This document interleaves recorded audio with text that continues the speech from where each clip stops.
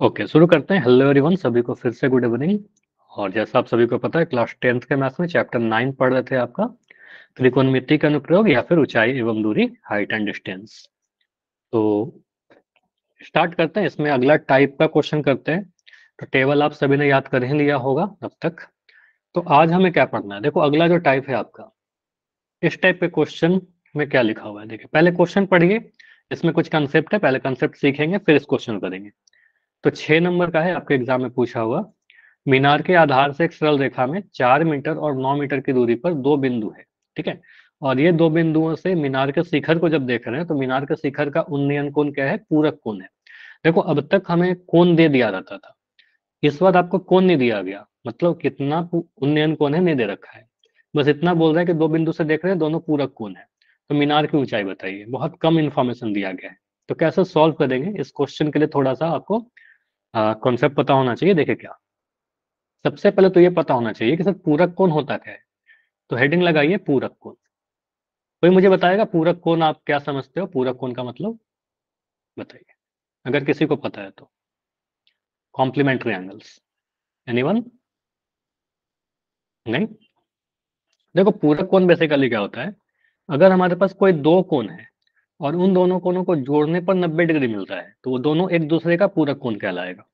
मतलब अगर हमारे पास कोई एक कोण है ए और एक कोण है बी, ठीक है, इन दोनों को आपने जोड़ा और जोड़ने पर कितना मिल रहा है, 90 डिग्री मिल रहा है। तो क्या कहेंगे सर, ए और बी ये दोनों ही क्या है, एक दूसरे के पूरक कोण कहलाएंगे, ठीक है। तो पूरक कोण क्या होगा, हमेशा जोड़ा में होगा, एक अकेला कोण पूरक नहीं बनेगा। 90 डिग्री को पूरक कोण बोलेंगे क्या, नहीं, 90 डिग्री को पूरक कोण नहीं बोलेंगे। 90 डिग्री को तो समकोण कहते हैं, हमें पता है सर ये तो समकोण है, ये तो अकेला कोण है। अकेला कोण को पूरक कोण नहीं बोलेंगे, ठीक है। दो कोणों के जोड़े को पूरक कोण बोलेंगे अगर दोनों एक दूसरे को मिलाकर के 90 हो रहा है। पूरक कहाँ से बना, पूरा करने से, ठीक है। पूरा कितना करना, 90 डिग्री, ठीक है। तो अकेला पूरा नहीं करेगा, दो मिलकर के पूरा होगा, ठीक है। तो ऐसा समझिए, अगर मैं एक कोण लिया 30 डिग्री, तो 30 डिग्री के लिए पूरक कोण क्या बोलिएगा?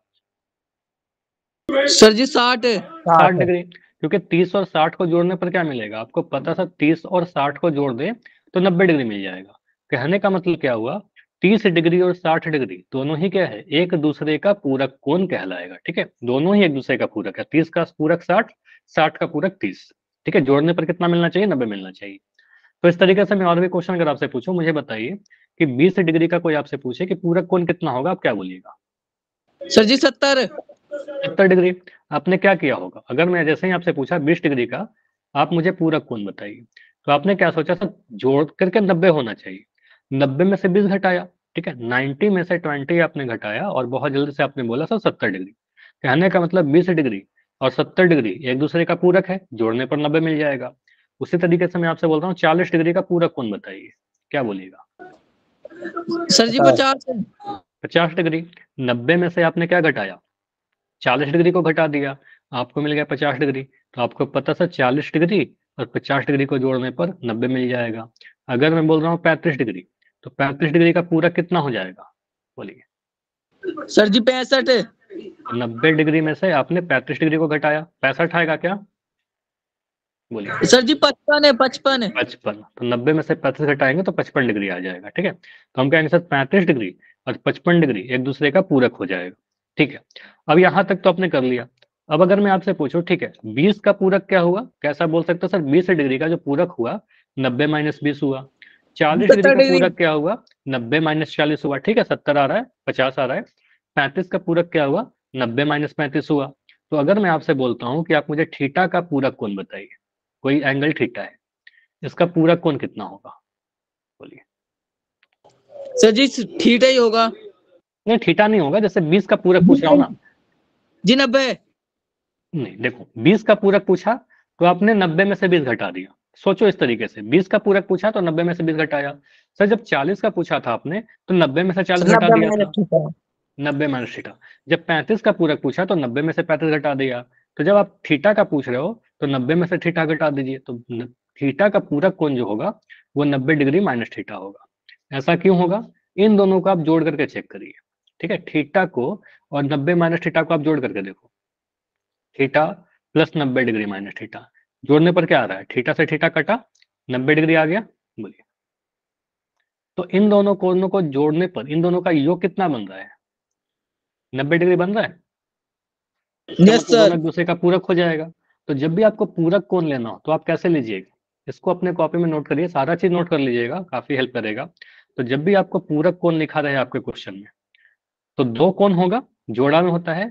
पहले कोण को आप थीटा ले लीजिएगा और दूसरे कोण को आप 90 माइनस थीटा ले लीजिएगा।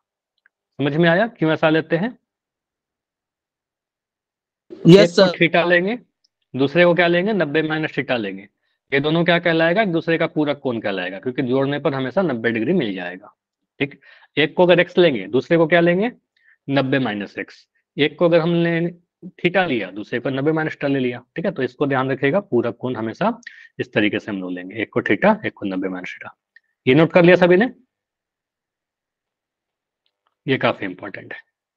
Yes sir. ठीक है, अब इसके अलावा एक चीज तो हमने ये सीख लिया कि सर पूरक कोण हमने समझ लिया, पूरक कोण का क्वेश्चन कर सकते हैं, लेकिन नहीं, अभी एक कंसेप्ट और सीखना है। पहला कंसेप्ट ये सीख लिया, दूसरा आपके ट्रिगोनोमेट्री वाला जो चैप्टर 8 था आपका, 8वां में सिलेबस से एक एक्सरसाइज आपका रिमूव किया हुआ है। ठीक है, कौन सा एक्सरसाइज सर? एक्सरसाइज 8.3, ये सिलेबस से रिमूव कर दिया गया है। लेकिन यस सर। इसका एक कंसेप्ट जो अगले वाले क्वेश्चन में जो मैं दिखाया था उस क्वेश्चन में यूज होगा, और ये वाला क्वेश्चन आपके एनसीईआरटी बुक में दिया हुआ है अभी भी। ठीक है, तो ये आ सकता है क्वेश्चन। तो थोड़ा सा कंसेप्ट आपको मैं बता रहा हूँ, 8.3 एक्सरसाइज का जो सिलेबस से रिमूव्ड है, लेकिन यहाँ से थोड़ा सा कंसेप्ट हम जान लेंगे तो अगला क्वेश्चन सॉल्व हो जाएगा।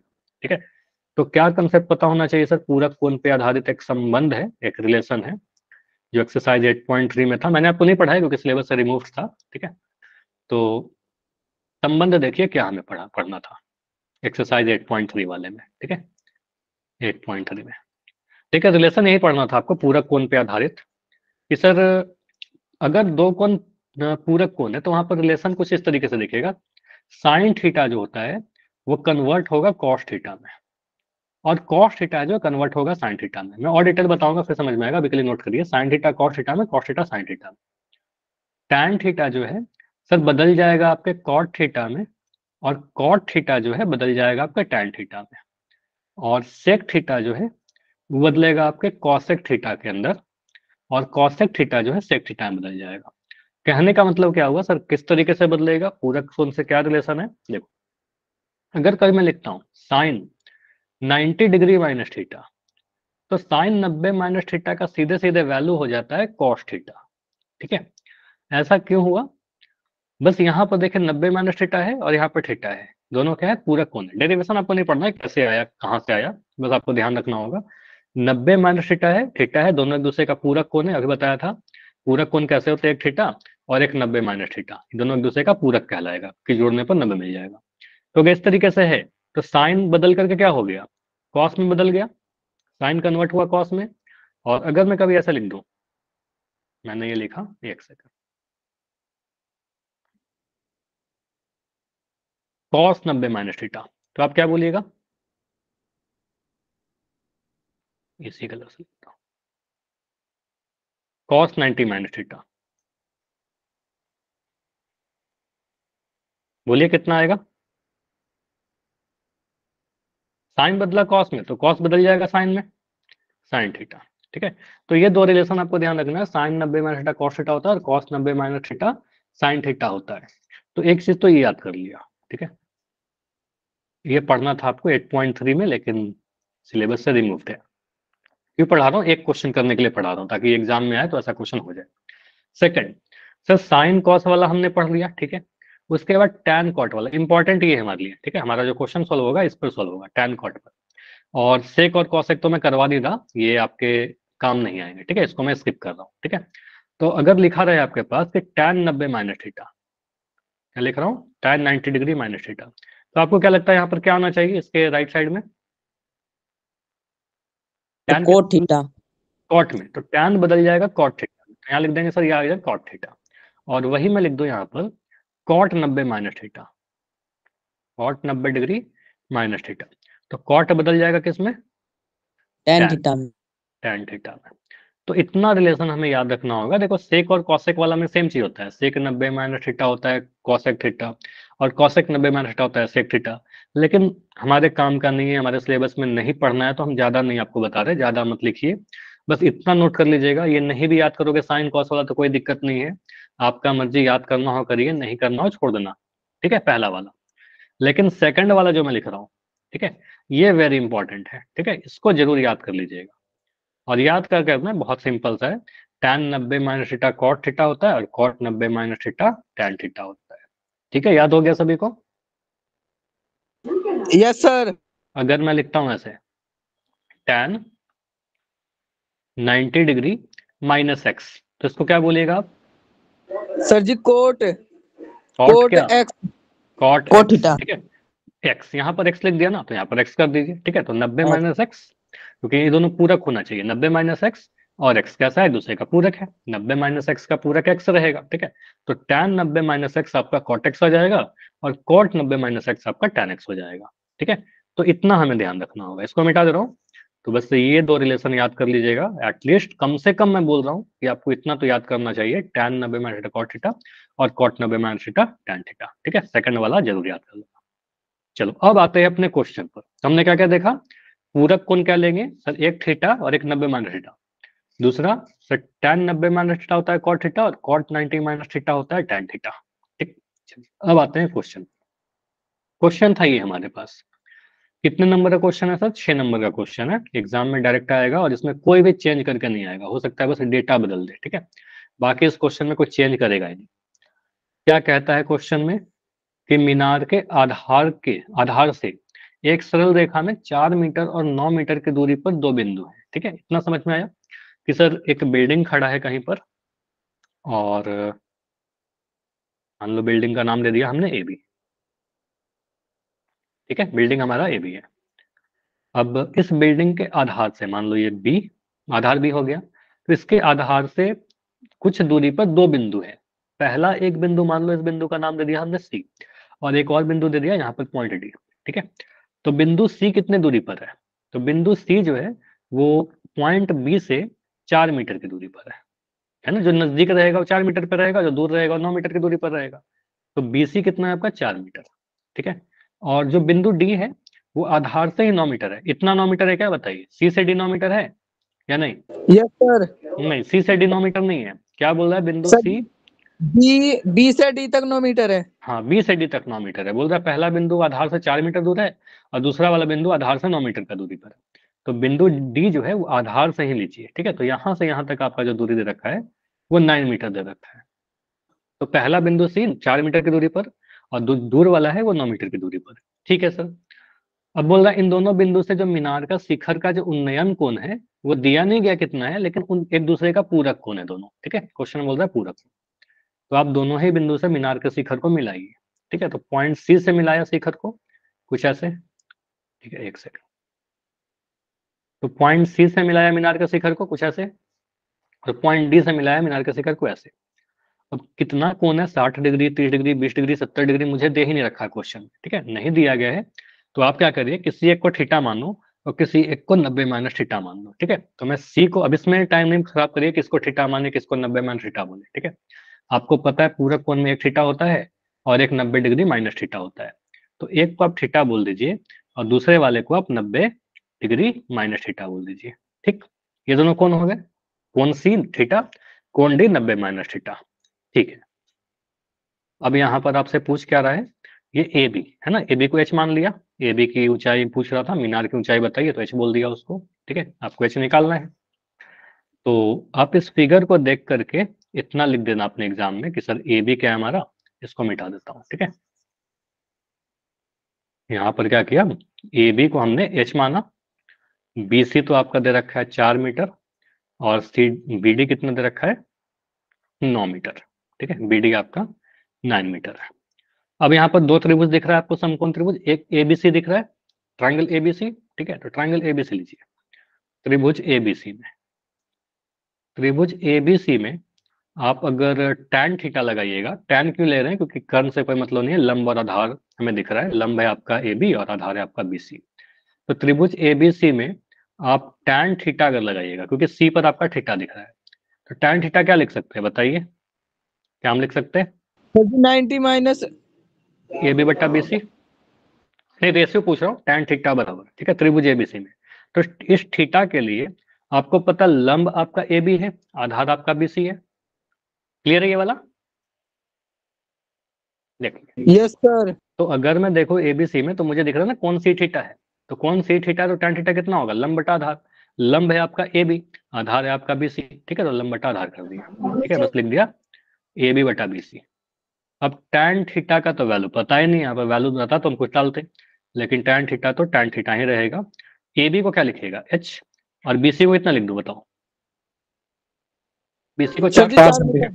तो बी सी को हमने 4 लिख दिया, और इसको बोला सर ये जो आया ना इक्वेशन नंबर 1 मान लीजिए इसको, ठीक है, इसको इक्वेशन 1 समीकरण 1 बोल दिया।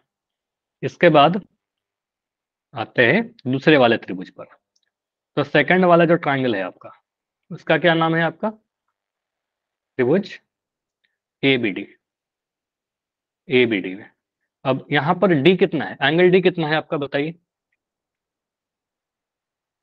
90 डिग्री माइनस थीटा है क्या, है ना, 90 माइनस थीटा है, तो tan 90 माइनस थीटा इसको लगाएंगे। इस बार देखो tan थीटा नहीं लिख रहे हैं, क्योंकि कोण डी कितना है, 90 डिग्री माइनस थीटा, तो tan 90 डिग्री माइनस थीटा लिख रहा हूँ, ठीक है। tan 90 डिग्री माइनस थीटा कितना हो जाएगा सर, फिर से लंब बटा आधार, तो लंब कितना है आपका, लंब है आप, अच्छा ठीक है, कॉट उसके नीचे लिख देंगे, tan 90 माइनस थीटा को कॉट थीटा लिख देंगे, यहाँ पर मैं रेशियो लिख रहा हूँ इस त्रिभुज के लिए, ठीक है। तो tan 90 माइनस थीटा, इस 90 माइनस थीटा के लिए जो आपका लंब हो जाएगा वो ए बी हो जाएगा, और आधार आपका बी डी हो जाएगा। तो मैं लिख दूं क्या ऐसे, यहाँ पर ए बी बटा बी डी लिख सकते हैं, बोलिए यस सर। ए बी बटा बी डी। और tan 90 माइनस थीटा का अभी अभी थोड़ी देर पहले आपने फॉर्मूला देखा कि tan 90 माइनस थीटा आपका कॉट थीटा हो जाता है। तो कॉट थीटा कितना लिख दीजिएगा, ए बी कितना है आपका, ए बी एच, और बी डी कितना है आपका, बी डी 9, बोलिए, 9। ठीक है। तो कॉट थीटा आ गया आपका एच बटा 9। इतना तक क्लियर है सभी को, बोलिए। तो tan थीटा मेरा आ गया एच बटा 4, कॉट थीटा आ गया मेरा एच बटा 9, इसको इक्वेशन नंबर 2 बोल दिया। अब एक क्वेश्चन मैं आप सभी से पूछ रहा हूँ कि मुझे बताओ, कभी भी मैं बोलता हूँ कि tan थीटा और कॉट थीटा को गुना कर दो, तो ये कितना आएगा, सर जी एक। एक आएगा, क्योंकि tan थीटा होता है आपका p बटा बी, कॉट थीटा होता है b बटा p, एक दूसरे का दोनों रेसिप्रोकल है ना, व्युत्क्रम है, तो हमेशा 1 आ जाता है कटकर, ठीक है। तो tan थीटा और कॉट थीटा गुना करेंगे तो हमेशा 1 आएगा, ये हमें पता ही है, ठीक है।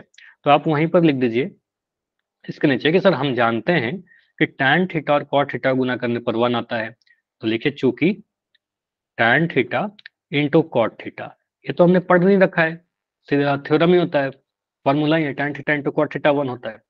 अब tan थीटा का वैल्यू कितना आया है आपका इक्वेशन 1 में, तो tan थीटा आपका इक्वेशन आया है h बटा 4, लिख सकते हैं क्या tan थीटा की जगह पर h बटा 4, बोलिए। Yes sir. कॉट थीटा की जगह पर क्या लिखिएगा, h बटा 9 सर जी 4। बराबर 1। तो tan थीटा और कॉट थीटा को गुना करने पर 1 आया, tan थीटा का वैल्यू देखिए आपका h बटा 4 था, h बटा 4 डाल दिया, कॉट थीटा का वैल्यू h बटा 9 था, h बटा 9 डाल दिया। इसको सॉल्व करेंगे तो कितना आएगा, इसको सॉल्व करेंगे तो अंश अंश से गुना होगा, हर हर से गुना होगा, तो h h से गुना होगा तो h स्क्वायर मिलेगा, 9 4 से गुना होगा 36 मिलेगा, एच स्क्वायर बटा 36 बराबर 1 आ रहा है, ठीक है। तो यहाँ से सॉल्व करने पर एच स्क्वायर कितना आ रहा है, एच स्क्वायर 36 के बराबर आ रहा है, 36 के बराबर आ रहा है, तो एच कितना आ जाएगा बोलिए, वर्गमूल 36, और वर्गमूल सर जी 36 करने का 6। मतलब 6, तो 6 मीटर आंसर आ जाएगा क्या। तो इस मीनार की ऊंचाई यस कितनी सर। आ गई, तो इस मीनार का जो ऊंचाई होगा आपका वैसा 6 मीटर हो जाएगा आंसर।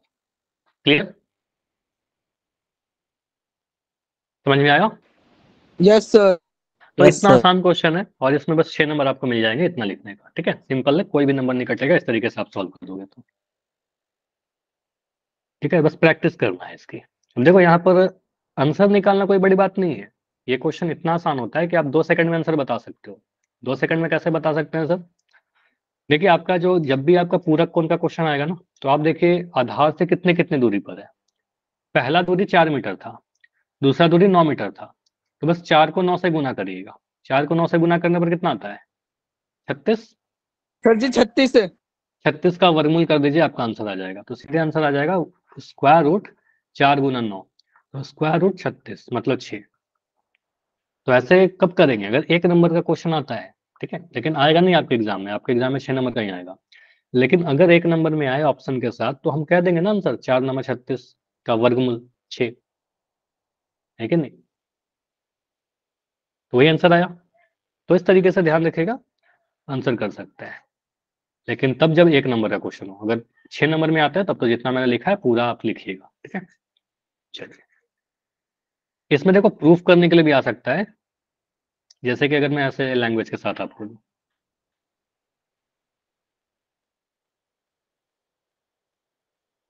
अच्छा, इसका आंसर बताइए जल्दी से, या पहले प्रूफ कर लो उसके बाद क्वेश्चन पूछूंगा।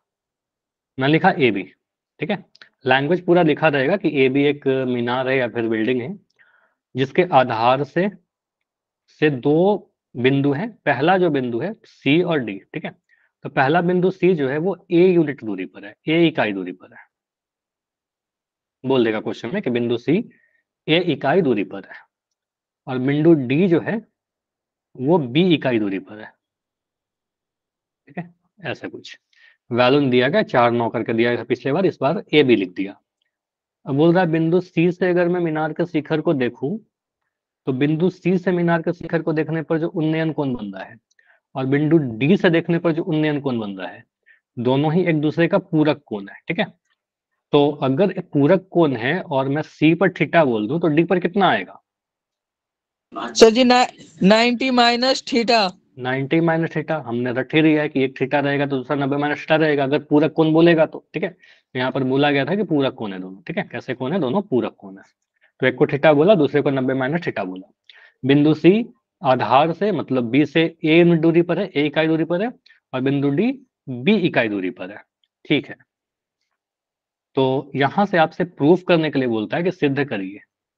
प्रूफ करने के लिए बोलता है आपके एग्जाम में कि प्रूफ करिए कि जो ए बी है या फिर मीनार की जो ऊंचाई है एच बराबर स्क्वायर रूट ए बी होगा, ठीक है। ये प्रूफ करने के लिए आपके एग्जाम में कई बार बोलता है, ठीक है। एच बराबर रूट ए बी, तो हमें क्या क्या करना है, हमेशा मीनार का ऊंचाई क्या होगा, ए को बी से गुना करिए, वर्गमूल लगा दीजिए, ठीक है।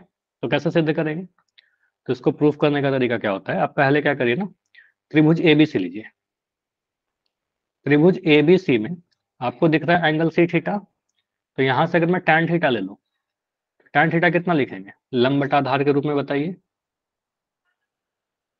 क्या लिख सकते हैं, ए बी बटा बी सी, है ना। इस थीटा यस के लिए सर। लंब ए बी और आधार आपका बी सी, तो ए बी बटा बी सी लिख देंगे, ठीक है। तो यहाँ हमने लिखा सर ए बी बटा बी सी। तो tan थीटा कितना आ जाएगा सर, ए बी कितना है आपका, ए बी ही तो ऊंचाई है आपका, ठीक है। बी सी कितना है, बी सी ए है।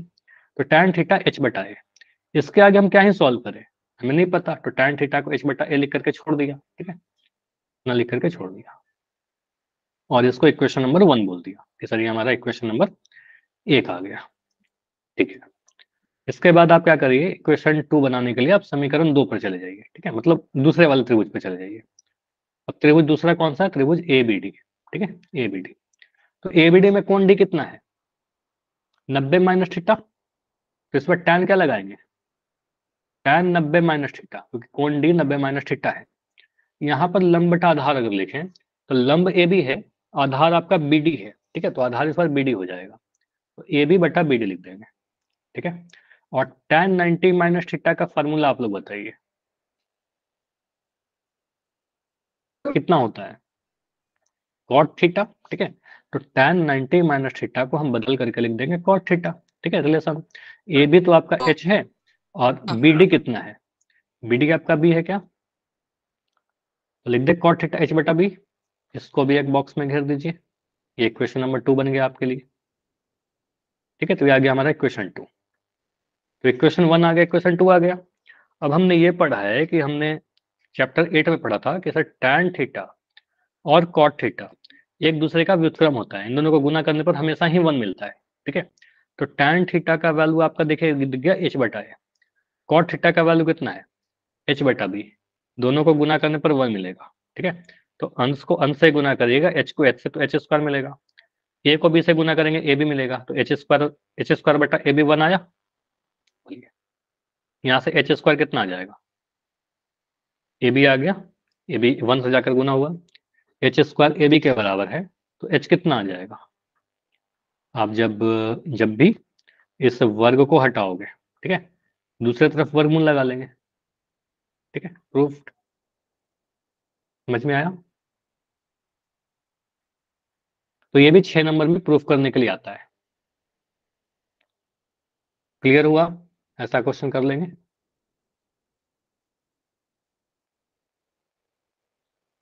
बोलिए। तो बस जो दूरी दे रखा है ना, मीनार के आधार से कितना कितना दूर पर है, तो पहला ए और बी, ए बी को गुना करिएगा, वर्गमूल लगा दीजिएगा, आंसर आ जाएगा। हाँ जी, सभी लोग कंफर्म करके बताइए, फिर अगला क्वेश्चन पोल में कर लेंगे। ठीक है, पोल करें।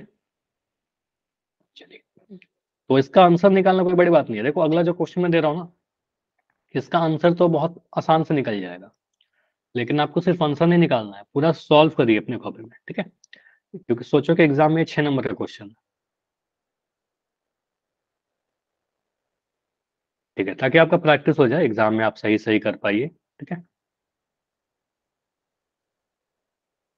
बोल रहा है मीनार के आधार से एक सरल रेखा में, और नहीं आना चाहिए यहाँ पर, मीनार के आधार से एक सरल रेखा में 9 मीटर और 16 मीटर की दूरी पर स्थित दो बिंदु है, और इन दोनों बिंदु से मीनार के शिखर का उन्नयन कोण पूरक कोण है। एक को थीटा मानिए, दूसरे को 90 माइनस थीटा मानिए। तो मीनार की ऊंचाई क्या होगी? ठीक है,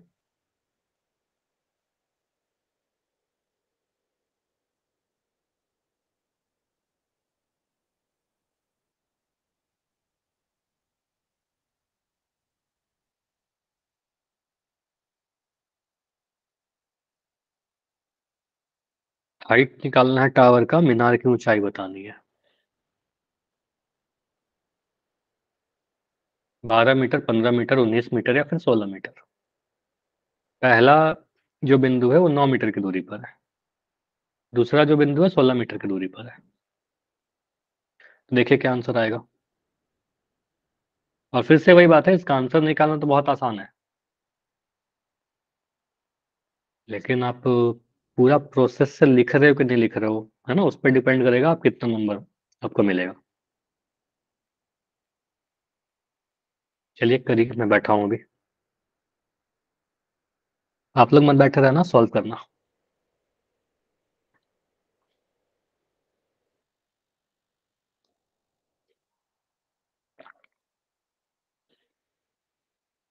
तो एक मीनार के आधार से सरल रेखा में दो बिंदु है, पहला बिंदु है 9 मीटर की दूरी पर और दूसरा बिंदु है 16 मीटर की दूरी पर। और इन दोनों ही पॉइंट से अगर मैं मीनार के शिखर को मिलाऊं तो उन्नयन कोण जो बनेगा वो पूरक कोण बनेगा। तो मीनार कितना ऊंचा होगा? 12 मीटर ऊंचा होगा, 15 मीटर होगा?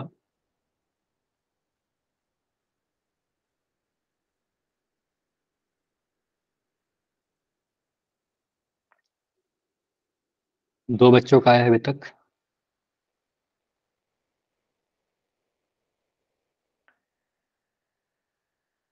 फिगर बना रहे हो सभी लोग? फिगर बनाकर सॉल्व करिए। ठीक है, आंसर काफी सिंपल है इसका।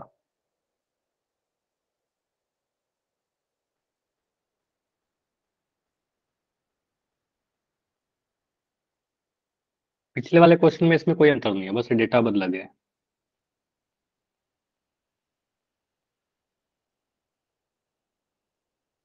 30 सेकंड और, बाकी लोग करिए, 30 सेकंड में एंड करेंगे इसको।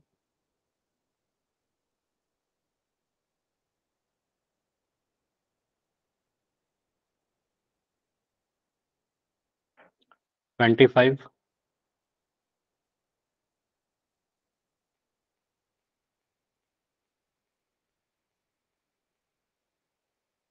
और वही चीज है, वर्गमूल आपको कम से कम 26 तक की याद होने ही चाहिए। ठीक है, मतलब 26 तक के वर्ग याद होने चाहिए, 26 तक के नंबर का वर्ग याद कर लीजिए, तो फिर वर्गमूल बहुत आसानी से दिख जाएगा।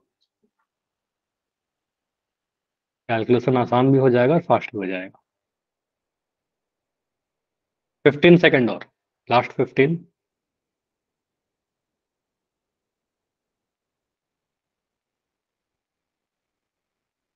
10,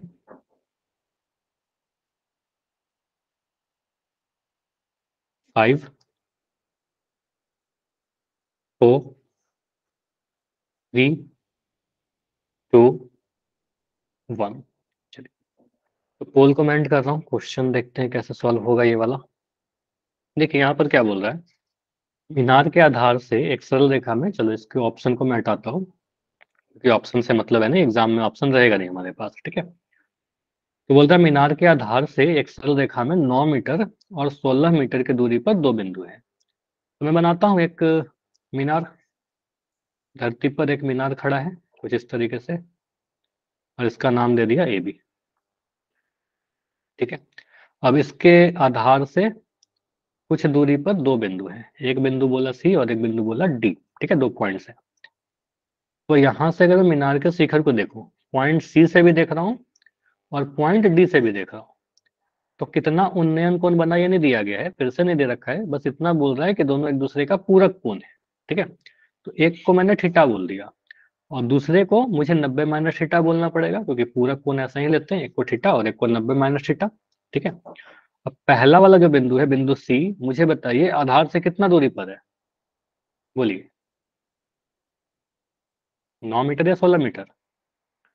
जो नजदीक है वो 9 मीटर होगा, कम होगा। ठीक है, तो ये नजदीक है तो बोलेंगे सर ये वाला 9 मीटर की दूरी पर है, और जो दूर है वो 16 मीटर की दूरी पर रहा होगा। ठीक है, तो 16 मीटर की दूरी पर है। ठीक, आपसे बोल रहा है मीनार की ऊंचाई मतलब h बताइए। ठीक है, ये भी बताइए। तो यहाँ पर देखिए, अगर मैं त्रिभुज ABC को लूं, त्रिभुज ABC में अगर मैं कौन सी देखूं तो कौन सी थीटा है आपका, तो tan थीटा अगर मैं लगाऊं, तो tan थीटा क्या होगा, लंब बटा आधार। लंब है आपका AB और आधार है आपका BC, तो tan थीटा कितना आएगा, बोलिए। क्या जाएगा, h/9। क्लियर इतना? tan थीटा मेरा h/9 आया। क्वेश्चन नंबर 1 बोल दीजिए इसको। उसके बाद अगर मैं बोलूं त्रिभुज ABD, ठीक है, तो ABD में आपको दिख रहा है कोण 90 माइनस थीटा, तो tan 90 डिग्री माइनस थीटा। देखो हर बार वही काम कर रहे हैं, सेम ही प्रोसेस पूरा रिपीट हो रहा है। tan 90 माइनस थीटा, फिर से लंब बटा आधार। लंब आपका AB रहेगा, आधार बदल गया BD। ठीक है, तो आधार इस बार BD लिख दीजिएगा, BD। तो tan 90 माइनस थीटा आपका फॉर्मूला होता है सर ये कॉट थीटा का, और AB को आप h बोल रहे हो और BD को आप 16 बोल रहे हो। ठीक है, तो कॉट थीटा आ गया h/16। tan theta into cot theta गुना करिए, क्या आपको पता है सीधे कि सर tan थीटा और कॉट थीटा को गुना करेंगे, हमें पता है 1 आता है, तो उसको यूज कर लिया। tan theta into cot theta आपका 1, tan थीटा का वैल्यू है h/9, कॉट थीटा आपका h/16 बराबर 1। गुना करेंगे तो h² × 16 नमा 144। ठीक है, बराबर 1। 16 को 9 से गुना के नीचे से नीचे 144 आ गया। यहाँ से h² कितना आ रहा है, 144, है ना, गुना हो गया 1 के साथ। तो जैसे ही आप यहाँ से वर्ग हटाओगे, दूसरी तरफ वर्गमूल ले लोगे, और 144 किसका वर्गमूल है, 12 का, है ना। 12 गुना 12 आपका 144 होता है। ठीक है, तो 144 का वर्गमूल अगर लेना है तो 12 आ जाएगा। आप चाहो तो ऐसे लिख सकते हो सर 12 गुना 12 है 144, यहाँ से आएगा 12 मीटर। ठीक है, आंसर आएगा मीनार का ऊंचाई 12 मीटर। कहाँ पर था, ऑप्शन नंबर ए में था। क्लियर है? Yes sir. आसान था, बहुत आसान था। ठीक है, लेकिन एग्जाम में इतना करना पड़ेगा पूरा नंबर के लिए, अदरवाइज आप यहाँ पर तो आंसर तो आप 1 लाख सेकंड में आंसर बता सकते थे। ठीक है, आंसर 1 सेकंड में कैसे बता सकते थे, 1 सेकंड में इसलिए बता सकते थे क्योंकि आपको दिख रहा था यहाँ पर आ, पूरक कोण का क्वेश्चन है, 9 मीटर और 16 मीटर। तो 9 को 16 से गुना करिए, 9 को 16 से गुना करिए और वर्गमूल लगा दीजिए, तो 9 में से 3 निकल जाएगा बाहर, 3 गुना 3 है वो, 16 में से 4 निकल जाएगा, तो 4 3 12 आ जाएगा आपका।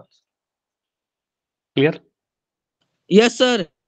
लेकिन ऐसे एग्जाम में नहीं करना है। ठीक है, एग्जाम में तो ऑप्शन रहेगा भी नहीं, तो ऐसे मत करना। ठीक है, चलिए अगला जो क्वेश्चन है थोड़ा अवनमन कोण पर आधारित क्वेश्चन है, जैसे ये वाला क्वेश्चन देखिए।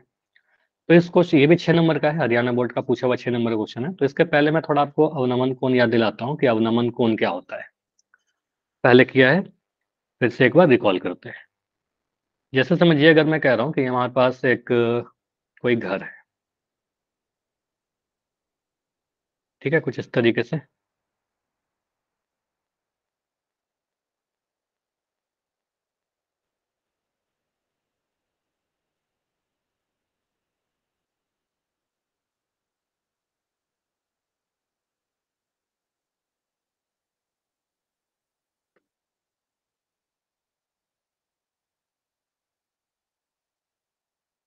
ठीक है, अब इस घर के ऊपर कोई बंदा खड़ा है, कोई बच्चा खड़ा है। ठीक है, ओके। अब यहां से मान लो ये बच्चा, इसको थोड़ा सा ना, ठीक है, रहने देते हैं। अब ये बच्चा क्या कर रहा है, यहाँ पर खड़ा होकर के इस कोई ऑब्जेक्ट को देख रहा है, मतलब ग्राउंड पर कुछ बॉल रखा है, कुछ सामान रखा हुआ है, तो इसको देखना स्टार्ट कर रहा है। तो इसके आई से मैं इसको ऑब्जेक्ट को मिला दिया, तो इस लाइन का कुछ स्पेशल नाम पड़ा था, क्या था, दृष्टि रेखा। इस वाले को हमने दृष्टि रेखा बोला। ठीक है, आपके एग्जाम में नहीं पूछा जाएगा, बस ध्यान रखेगा दृष्टि रेखा। अगर मैं बोल रहा हूँ कि यहाँ पर जो अवनमन कोण बन रहा है, ये बच्चा अगर बॉल को देख रहा है तो अवनमन कोण कितना बन रहा है, मान लो क्वेश्चन में दे रखा है अवनमन कोण 60 डिग्री। ठीक है, तो क्या मैं लिख सकता हूँ कि यहाँ पर जो कोण बनेगा सर 60 डिग्री का बनेगा? बोलिए। No sir. नहीं बनेगा। तो फिर कौन सा कोण 60 डिग्री बनेगा विपिन, बताइए मुझे।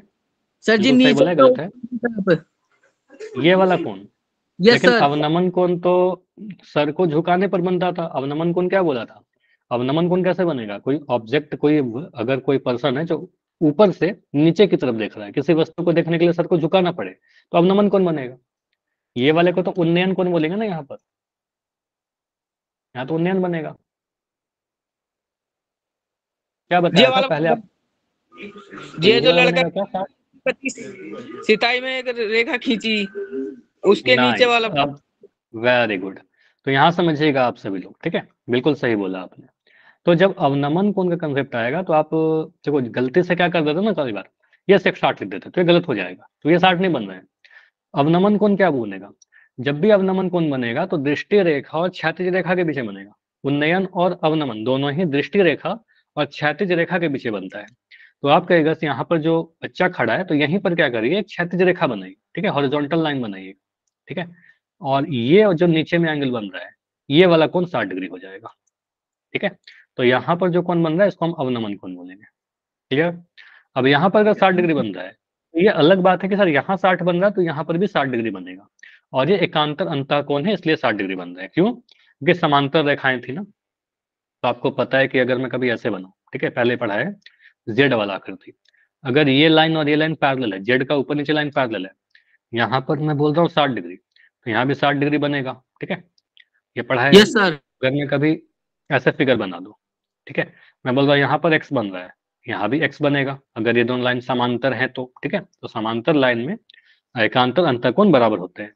तो उस रीजन से अगर यहाँ पर 60 डिग्री बन रहा है तो सर यहाँ भी 60 डिग्री बन जाएगा, क्योंकि एकांतर अंतःकोण ही बनेंगे, क्योंकि ये वाला लाइन और ये नीचे वाला लाइन तो पैरेलल ही रहेगा, है ना, दोनों ही क्षैतिज है तो पैरेलल रहेगा।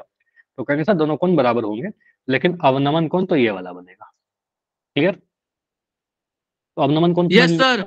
अब क्वेश्चन इस पे एक छोटा सा देता हूँ, जैसे कि अगर क्वेश्चन ऐसा दे दिया आपको, क्वेश्चन लिखा हुआ नहीं है, बस सुनिएगा लैंग्वेज क्या बोल रहा है कि धरती पर एक कोई मीनार खड़ा है या बिल्डिंग खड़ा है, और बिल्डिंग पर खड़े होकर के कोई बच्चा किसी ऑब्जेक्ट को देख रहा है, ठीक है, यहाँ से कोई बच्चा देख रहा है किसी ऑब्जेक्ट को, ठीक है। तो अगर ऊपर से देख रहा है तो कुछ, एक सेकंड, तो ये दृष्टि रेखा हो गया, ऊपर से देख रहा है। कह रहा है यहाँ पर कि अवनमन कोण जो बन रहा है बच्चे के लिए, वो दे दिया आपको कि सर 60 डिग्री का दे रखा है, ठीक है।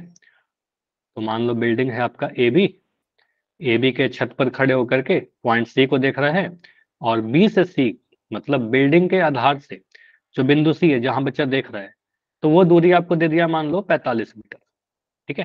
तो पूछ रहा मीनार की ऊंचाई बताइए, अवनमन कोण 60 डिग्री है, तो बिल्डिंग की ऊंचाई बताइए, ए बी या एच बताइए।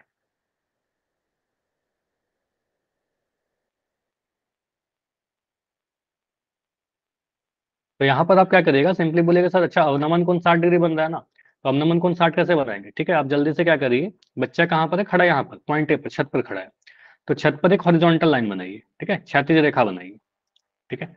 ये वाला जो कोण होगा सर, ये वाला कोण 60 डिग्री का रहा होगा, ठीक। ऊपर में जो कोण बना, मान लो इसका नाम दे दिया एक्स, तो एक्स ए बी, है ना, एंगल एक्स ए सी, सॉरी एक्स ए सी, ये वाला कोण जो बन रहा है वो 60 डिग्री का बन रहा है, अवनमन कोण क्वेश्चन ही बोल रहा है। और एक्स ए सी जो होगा वो क्या हमारा इस एंगल के बराबर होगा, देखिए यहाँ पर जेड बन रहा यस सर। है ना, ये दोनों कोण बराबर होंगे, ठीक है। ये वाला कोण ऐसे बन रहा है, ठीक है। तो यहाँ पर जो कोण बनेगा और यहाँ पर जो कोण बनेगा बराबर बराबर बनेगा, ठीक है। तो आप कह सकते हो sir angle A C P भी जो बनेगा ये भी 60 डिग्री का ही बनेगा, ठीक है। रीजन आपको बताने के नीड नहीं है, सिंपली बस इतना लिख देना, ठीक है, ए सी बी। तो एंगल एक्स ए सी और एंगल ए सी बी दोनों ही 60 डिग्री बनेगा, तो आप क्या करिए, यहाँ भी 60 डिग्री बना लीजिए। नीचे क्यों बनाते हैं, क्योंकि समकोण त्रिभुज तो नीचे से ही दिखेगा, ऊपर से तो कोई समकोण त्रिभुज दिख नहीं रहा, ठीक है। तो समकोण त्रिभुज बनाना होगा, इसलिए मैंने नीचे में 60 डिग्री बना दिया। अब यहाँ पर अगर मैं मुझे ए बी निकालना है तो आप tan लगाइए, क्योंकि कर्ण से कोई मतलब है नहीं, लंब और आधार को यूज करेंगे। तो त्रिभुज ए बी सी में इसके बाद आप कर सकते हो tan 60 डिग्री आप लोग लोगे, क्योंकि एंगल सी आपको पता है 60 डिग्री। तो tan 60 कितना हो गया, लंब बटा आधार ए बी बटा बी सी। tan 60 का वैल्यू √3, ए बी आपका h है, बी सी कितना है 45 है, तो h कितना आ जाएगा 45√3 मीटर। आंसर समझ में आया क्या? तो अवनमन कोण पे क्वेश्चन ऐसे कर लेंगे, बोलिए। सभी को क्लियर तो यस लिख के बताइए, कोई डाउट है तो बिल्कुल माइक ऑन करके पूछ लीजिए। क्लियर है? चलिए, अगर इतना क्लियर है तो आगे आते हैं इस क्वेश्चन पर। ये एक्चुअल क्वेश्चन है आपका 6 नंबर का। अगर ये वाला क्वेश्चन आता है पहले वाला, ये जो लिखा हुआ है आपके सामने, तो ये तो आएगा तो आपका 3 नंबर में आएगा या फिर 2 नंबर में आएगा, ठीक है। मार्क्स में सिंपल सा क्वेश्चन। ये क्वेश्चन आता है 6 नंबर में, देखे क्या बोल रहा है। खैर इस बार 6 नंबर में नहीं आएगा सर, 5 नंबर में आएगा, क्योंकि 6 नंबर वाला तो इस बार केस स्टडी आएगा आपका। तो 6 मार्क्स या 5 मार्क्स। बोल क्या रहा है, 50 मीटर ऊंचे एक क्लिफ। क्लिफ मतलब क्या होता है, एक पठार होता है, जैसे कि ऐसा आपने कई बार देखा होगा, कुछ पहाड़ टाइप का, ठीक है। यहाँ कुछ पानी वगैरह है, ठीक है, समुद्र के आसपास।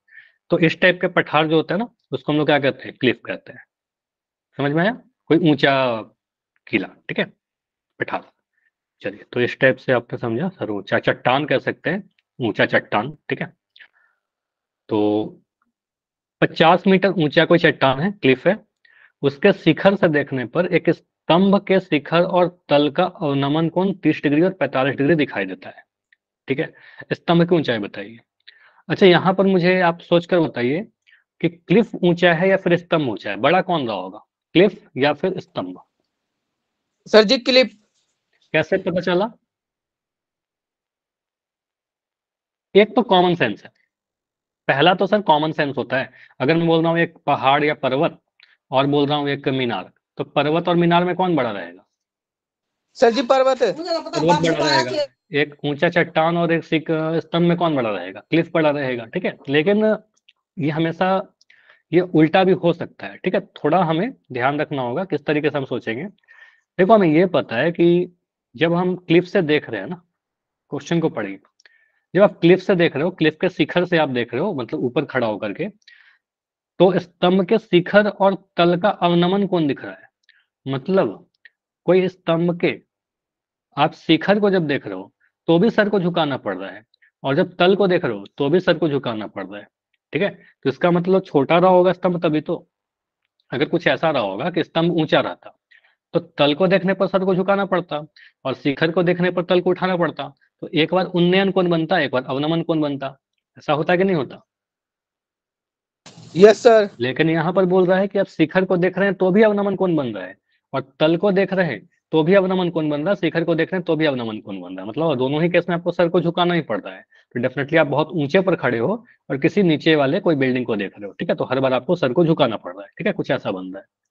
तो यहाँ से आपको समझ में आ जाएगा कि हाँ, क्लिफ जो है सर बहुत बड़ा रहा होगा और स्तंभ छोटा सा रहा होगा, ठीक है। तो इस टाइप के मैं फिगर बनाता हूँ, ये क्वेश्चन कैसे बनेगा। हर चीज को एनालिसिस करके आप फिगर बनाइएगा, फिर सॉल्व हो जाएगा बहुत आसानी से। तो बोल रहा है कि 50 मीटर ऊंचे क्लिफ से मैं खड़ा हूं, तो एक बिल्डिंग पर क्या करिए, और एक ग्राउंड पर एक क्लिफ बनाइए पहले, एक ऊंचा सा, और एक मीनार बना लीजिए, ठीक है, सॉरी स्तंभ बना लीजिए कुछ ऐसे, ठीक है। अब मान लो इस पे नाम दे देता हूं कि हमारा जो क्लिफ है उसका नाम दे दिया ए बी, ठीक है। जो हमारा स्तंभ है उसका नाम दे दिया सी डी। सी डी को मैंने छोटा बनाया है, क्लिफ को मैंने ऊंचा बनाया है। क्लिफ का जो, इसको मैंने क्लिफ बोला ए बी को, तो ए बी का बोल रहा है 50 मीटर ऊंचा है, तो मैंने ये भी लिख दिया सर 50 मीटर है क्लिफ की ऊंचाई, ओके। अब यहां से बोल रहा है कि 50 मीटर ऊंचे क्लिफ पर खड़े होकर के, ऊपर खड़े होकर शिखर से देखने पर स्तंभ के शिखर का जो अवनमन कोण है वो 30 डिग्री का है, ठीक है। तो यहां से खड़ा होकर के मैं क्या कर रहा हूं, देख रहा हूं स्तंभ के शिखर को। स्तंभ है हमारा सीढ़ी, तो इसके शिखर को जब देखा तो कुछ ऐसा दिखेगा। यहाँ से खड़े होकर शिखर को देख रहा हूँ, कुछ ऐसा देखा, ठीक है। और जब मैं यहाँ से उसका तल को देख रहा हूँ, ठीक है, मतलब बेस को देख रहा हूँ, तो यहाँ से आप बेस को देखिए, किसके बेस को, स्तंभ के बेस को, तो कुछ ऐसा दिखेगा। दोनों दृष्टि रेखा मैंने बना दिया। तो दोनों ही केस में जो अवनमन कोण आपका बन रहा है वो 30 और 45 डिग्री का बन रहा है। तो मैं यहाँ पर एक क्षैतिज रेखा बनाता हूँ पहले तो, क्योंकि ऑब्जर्व तो पॉइंट ए से कर रहे हैं, पॉइंट ए पर खड़े होकर देख रहे हैं, तो यहाँ पर आपको एक क्षैतिज रेखा बनाना पड़ेगा, ठीक है, कुछ ऐसे, का नाम दे दिया एक्स। तो ये जो कोण बन रहा है एक्स ए सी, ये कितना बन रहा है, 30 डिग्री का, बोलिए, ये कोण 30 डिग्री बनेगा। और ये वाला जो कोण बन रहा है, जब मैं आधार को देख रहा हूँ, तो ये कितना बन रहा है यहाँ से यहाँ तक, 45 है। 45 डिग्री का बन रहा है दोनों कोण, ठीक है। तो एक कोण 30, एक 45 डिग्री। अब ऐसे ही पता है सर, जब हम शिखर को देखेंगे तो सर को कम झुकाना पड़ेगा, और जब तल को देखेंगे तो सर को ज्यादा झुकाना पड़ेगा। तो देखो, जब तल को देख रहा है तो 45 डिग्री बन रहा है, ज्यादा बन रहा है। शिखर को देख रहा है तो कम सर को झुका रहा है, 30 डिग्री बन रहा है, ठीक है। तो हर चीज बिल्कुल सही है यहाँ पर। अब यहाँ पर आपको बोल रहा है कि आप स्तंभ की ऊंचाई बताइए, तो स्तंभ सीढ़ी है, तो सीढ़ी आपको बताना है, एच बताना है आपको, है ना। क्वेश्चन समझ में आया, फिगर समझ में आया कि मैंने क्या क्या लिखा है, बोलिए, क्वेश्चन समझ में आ गया। अब देखो बहुत सिंपल सा है, इसमें करना क्या है आपको, सिंपली आप क्या करिए, आपको सर समकोण त्रिभुज बनाना होगा। आप क्या करो, इसमें मिलाइए, कंस्ट्रक्शन कीजिए थोड़ा।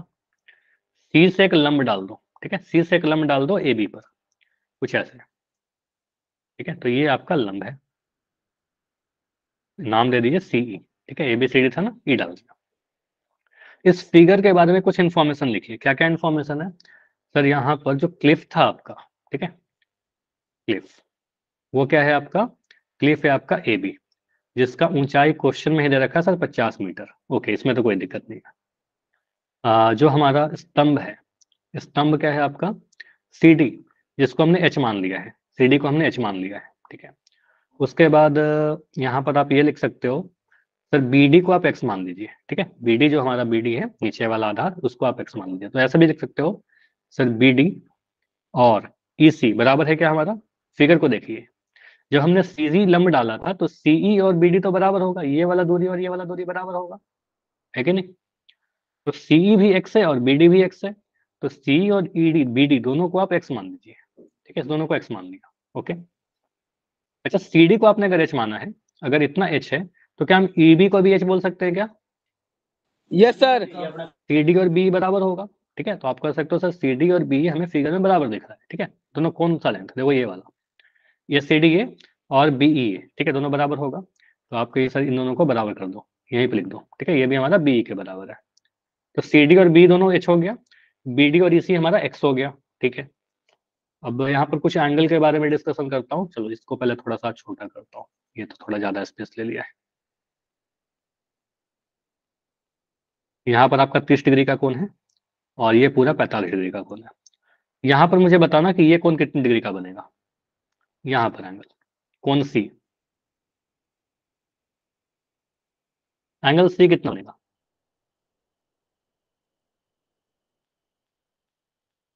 देखो या तो 30 बनेगा या 45 बनेगा, आप सोचो। 30 बनेगा, जतिन कह रहे हैं 30 बनेगा, देखो कैसे बनेगा 30, समझिए।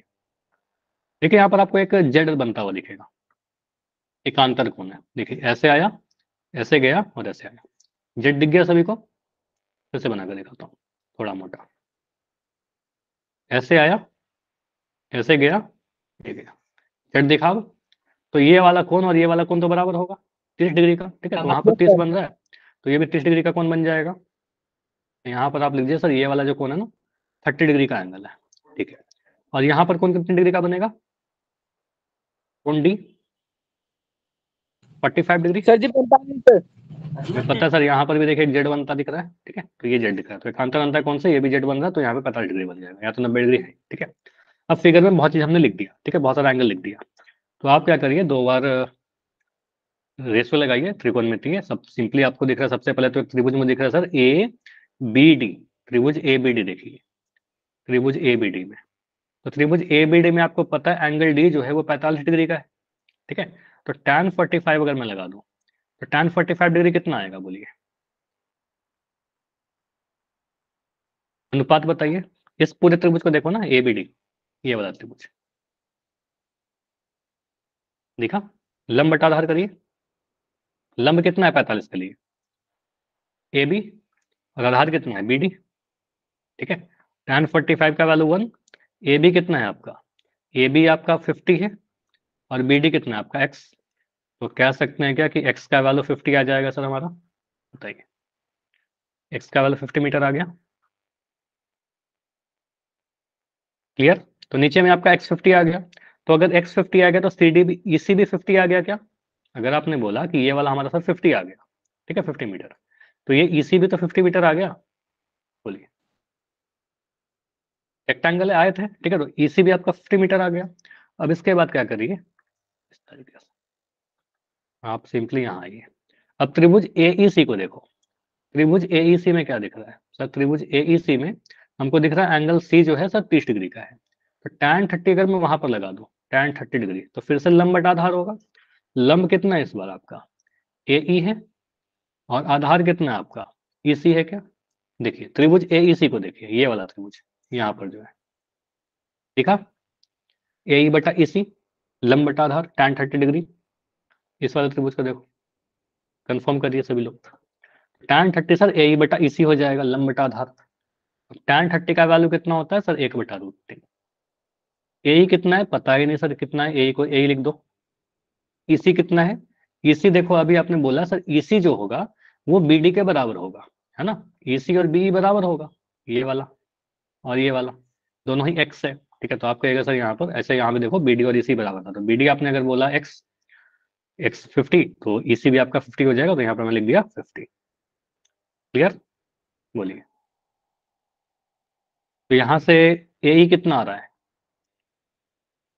हम ऐसा लिख सकते हैं 50 बटा √3 मीटर, AE का वैल्यू, यहाँ तक क्लियर है सभी को, यस सर।